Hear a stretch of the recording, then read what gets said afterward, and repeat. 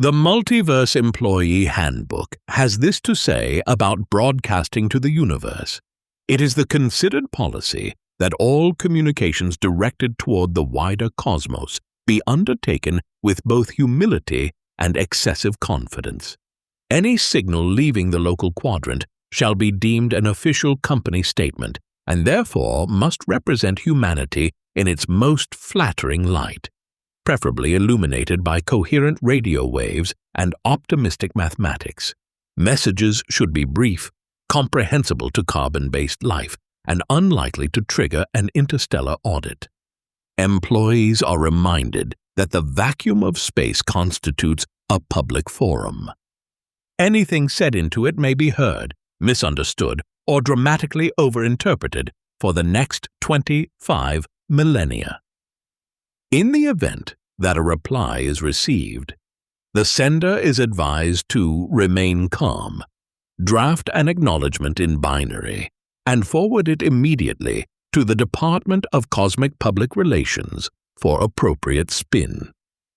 The handbook notes that future contact with extraterrestrial intelligence will fall under the jurisdiction of the Department of Galactic Sales Enablement, whose mission is to convert first contact into repeat business. Potential clients may be offered complimentary samples of culture, technology, and trade show swag, followed by an optional subscription to the grocery store checkout magazine of their choice. Remember, when speaking to the universe, one represents not merely oneself, but the entire species, and possibly accounting.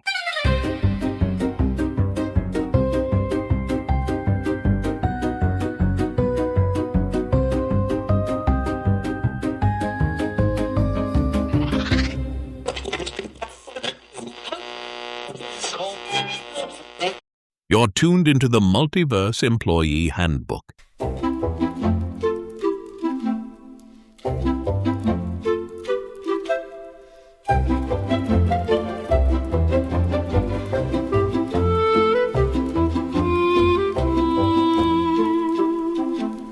Today, we're revisiting one of humanity's more ambitious marketing campaigns, the day we introduced ourselves to the universe. It was November 16, 1974.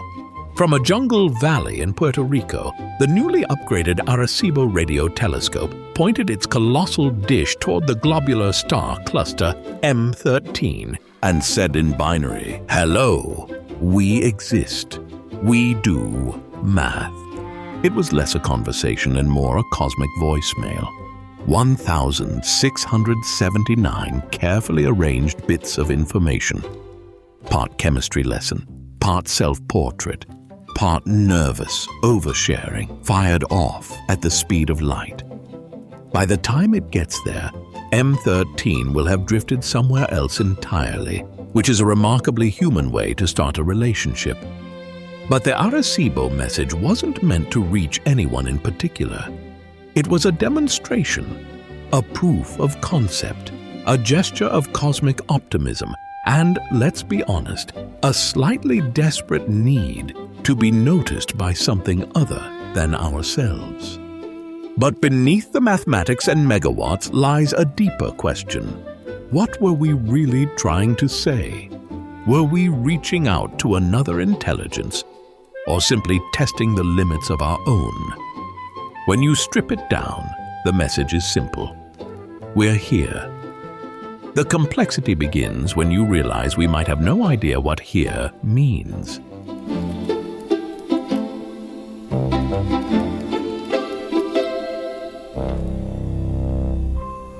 But first, gather round the Quantum Communications Hub, my isotropically curious colleagues, for a tale that would make even Frank Drake question the wisdom of reply all. In the fluorescent-lit realm of quantum improbability solutions, specifically within the Department of Cosmic Correspondence, which existed in a superposition of fully funded initiative and permanently paused pilot project, Clara from Communications was having what could charitably be called a first contact crisis. It had started, as these things often do, with a misunderstanding of scope. Clara had been instructed to draft a message that would position QIS as a thought leader in the universe. She took that literally. 3 espressos and 1 existential spiral later, she'd uploaded the company's entire digital brochure into the main transmission array. Before anyone could stop her, 1,000 kilowatts of enthusiasm were already en route to the globular cluster M13.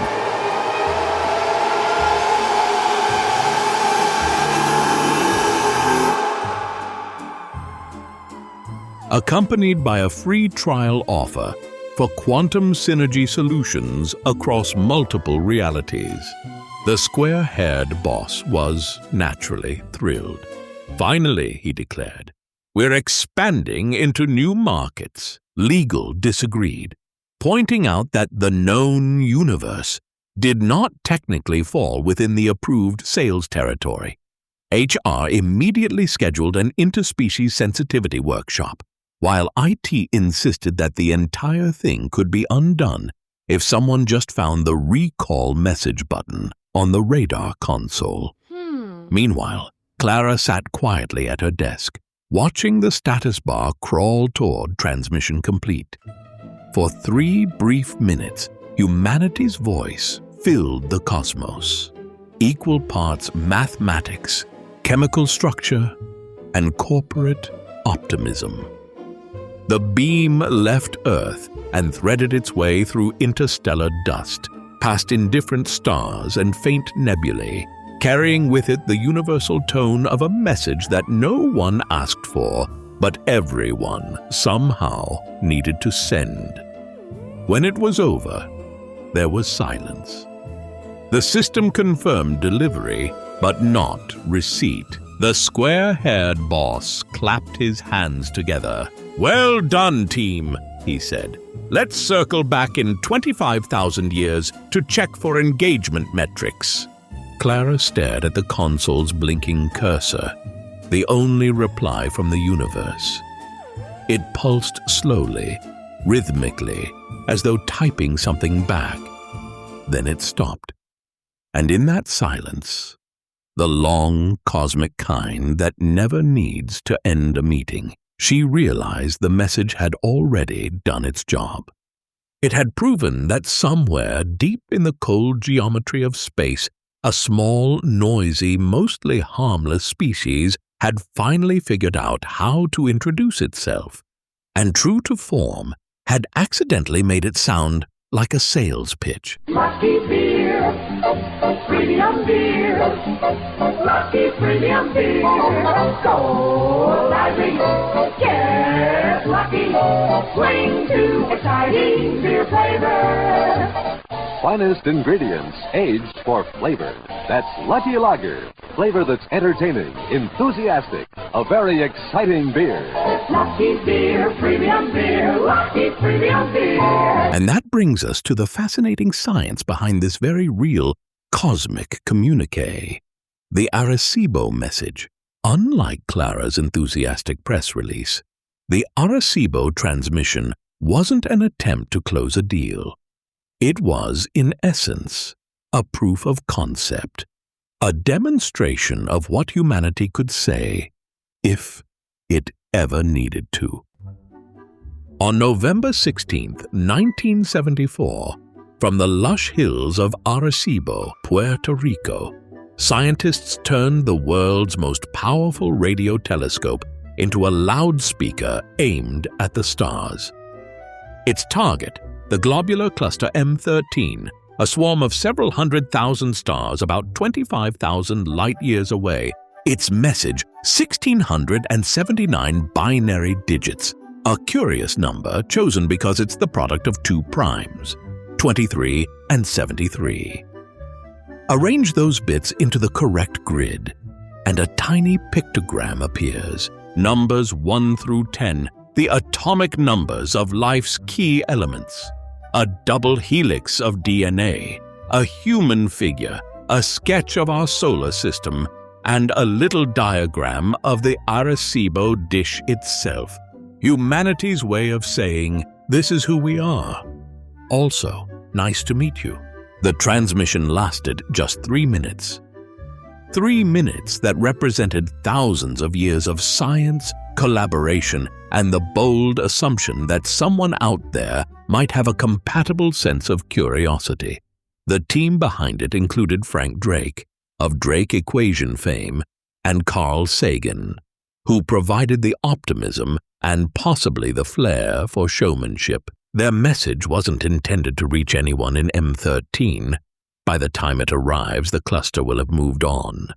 It was a symbolic gesture, a postcard to the universe saying, "We're here, we're listening, and we finally figured out how to aim the transmitter." When we return from this brief quantum intermission, we'll decode how powerful that message really was, why we no longer shout quite so loudly into the void, and what this all says about a civilization that still can't agree on who gets to send the next one.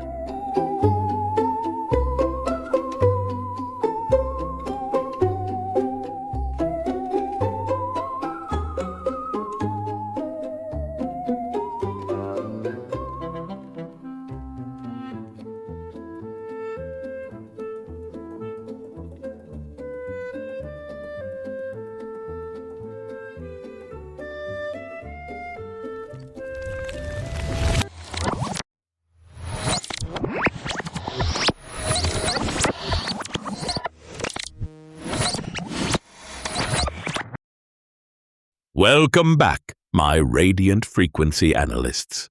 While you were away, Legal updated our intergalactic communication policy to include a new disclaimer. All messages to intelligent life must now begin with the phrase, "This transmission may be recorded for quality assurance purposes." When the Arecibo Message left Earth in 1974, it was, quite literally, the loudest thing humanity had ever said.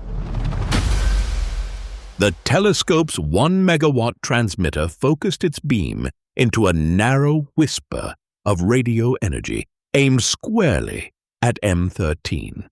But thanks to the immense size and precision of its 305-meter dish, that whisper became an effective radiated power of roughly 20 trillion watts. That's the kind of wattage that makes nearby electrons sit up straight and reconsider their life choices. For comparison, if you gathered the output of every AM radio station on Earth and pointed it in the same direction, you'd still be quieter than Arecibo on a good day. It was a moment of planetary hubris wrapped in exquisite mathematics. The number of bits, 1,679, was itself the first clue. Only one way to arrange it into neat rows and columns makes sense. 23 by 73, both prime numbers. That mathematical hint was humanity's first handshake. An elegant way of saying, we think in patterns. We like symmetry, and we really hope you do too. At its heart, the message is a blend of universal constants and cultural confessions. We told the cosmos how to count, what we're made of, what our DNA looks like, what we look like, where we live, and what we built to say all this in the first place. It's equal parts user manual and dating profile. What's the corporate analogy? It was the ultimate brand launch, except instead of product features, we led with carbon, hydrogen, and nitrogen. Instead of an ad campaign, we used binary code. And our target audience wouldn't receive it for 25,000 years, assuming they were still in the neighborhood and still checking messages. But scientifically, it was a triumph. It proved that radio waves could carry structured, meaningful data across interstellar distances, and that mathematics, not language, could be the bridge between minds. The Arecibo transmission was our first deliberate experiment in interstellar semiotics, a discipline that's part physics, part linguistics, and part wishful thinking. And while no one expects a reply, it remains one of the most extraordinary things humanity ever did. A moment of collective self-awareness, broadcast at the speed of light.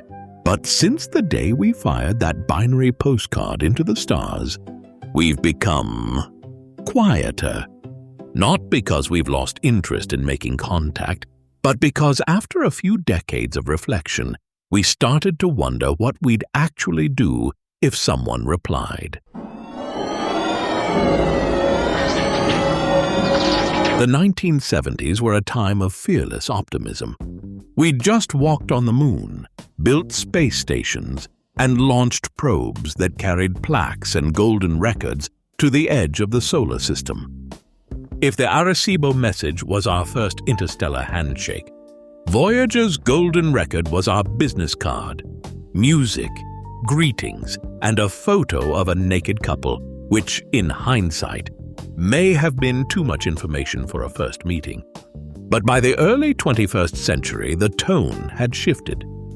Astrobiology became serious science, and the SETI community, the search for extraterrestrial intelligence, began to split into two philosophical camps. The listeners, who believe we should quietly monitor the universe for signals, and the speakers, who insist we should keep sending them.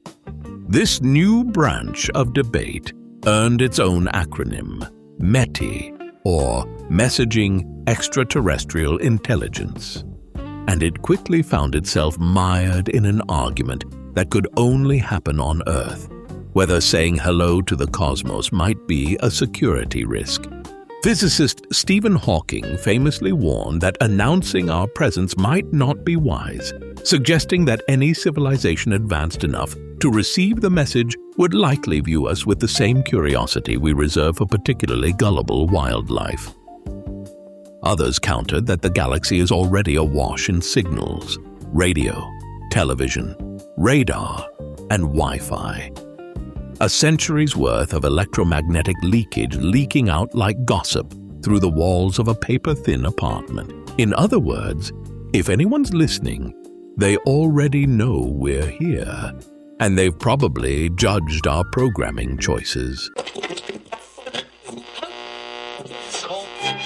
This program is brought to you by the makers of Popsicle, Fudgicle, and Creamsicle, those delicious frozen confections on a stick. Now I have a swell surprise for you. The famous winner of the Typical American Boy contest has now become Popsicle Pete. And here's a message from him. Hello, everybody. I sure am glad to meet you. And boy, am I glad I was picked to be the Typical American Boy, because now I'm Popsicle Pete. I always wanted to be on the radio, and now I have a chance to tell you about some wonderful presents you can get free.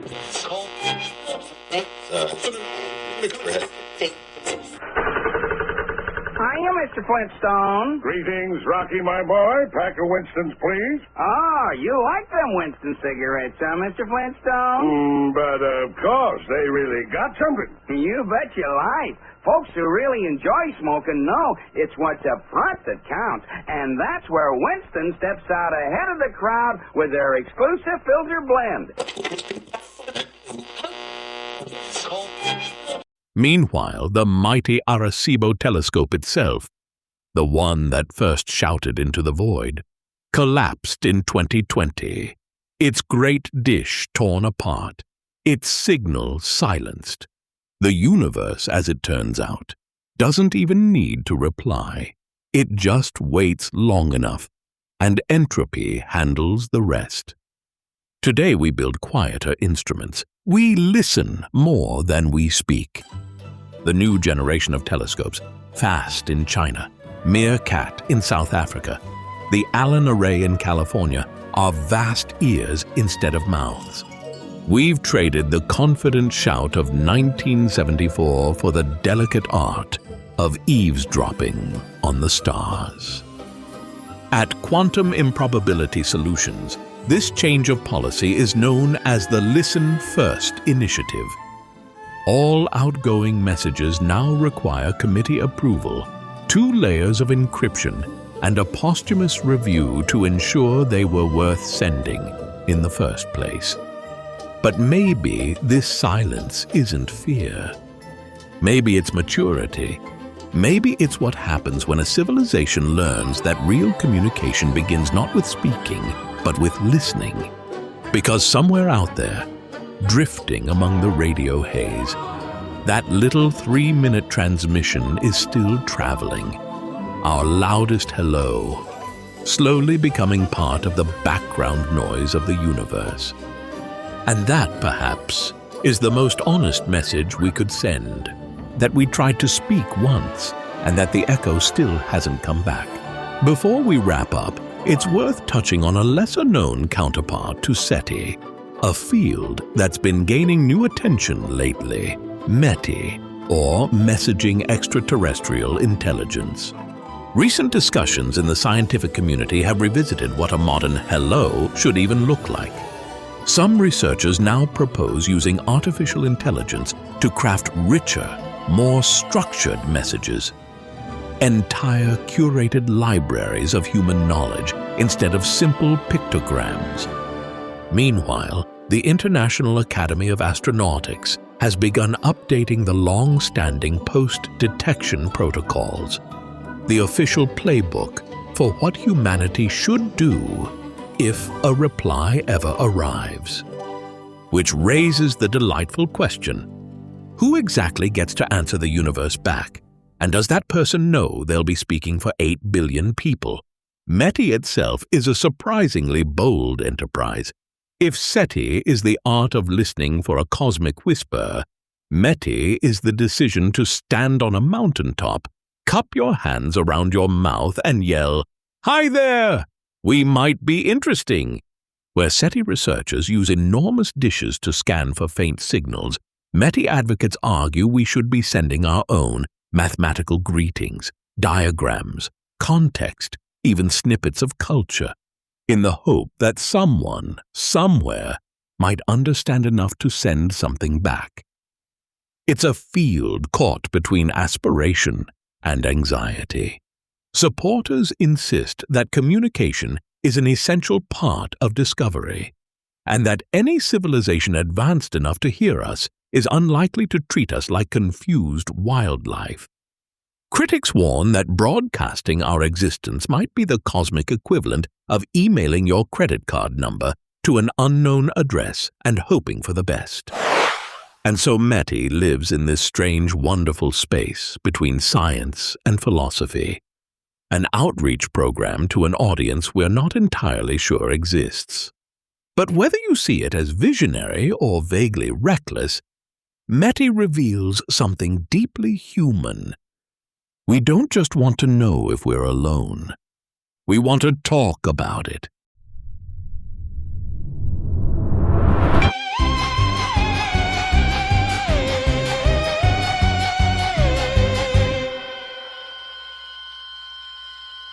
Well, my radiant signal processors, we've reached the end of another quantum communique.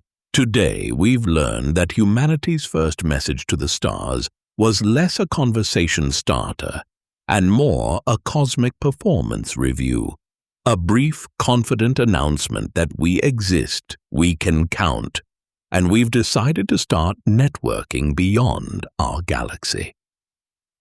We've discovered that our greatest experiment in communication wasn't really about aliens at all. It was about us, about the deep, unspoken need to be heard, even when we suspect no one's listening. And somewhere light years from here, our message continues on, a flicker of binary optimism crossing the void at the speed of light. It doesn't ask for anything, it just says, "We're here." And really, that's been the subtext of every email, radio broadcast, and late-night thought humanity has ever produced. Of course, in the multiverse, there's undoubtedly a version of reality where M13 received our signal instantly, replied within the hour, and was immediately added to the corporate mailing list. That universe now has quarterly targets, a department of galactic sales enablement, and a podcast called The Human Resource Problem. Want to explore more quantum corporate chaos? Visit us at multiverseemployeehandbook.com, where you'll find more cosmic absurdity, more improbable science, and our latest blog post, Prime Numbers and Public Relations, How to Market Your Species Responsibly. And if you've enjoyed today's interstellar outreach initiative, share it with a fellow traveler. Perhaps someone who still believes the universe is just waiting for us to say the right thing. This is your quantum coherent correspondent, reminding you that in the multiverse of communication, every hello exists in a superposition of heard and ignored, until someone listens. And Clara from Communications? She's still checking her inbox.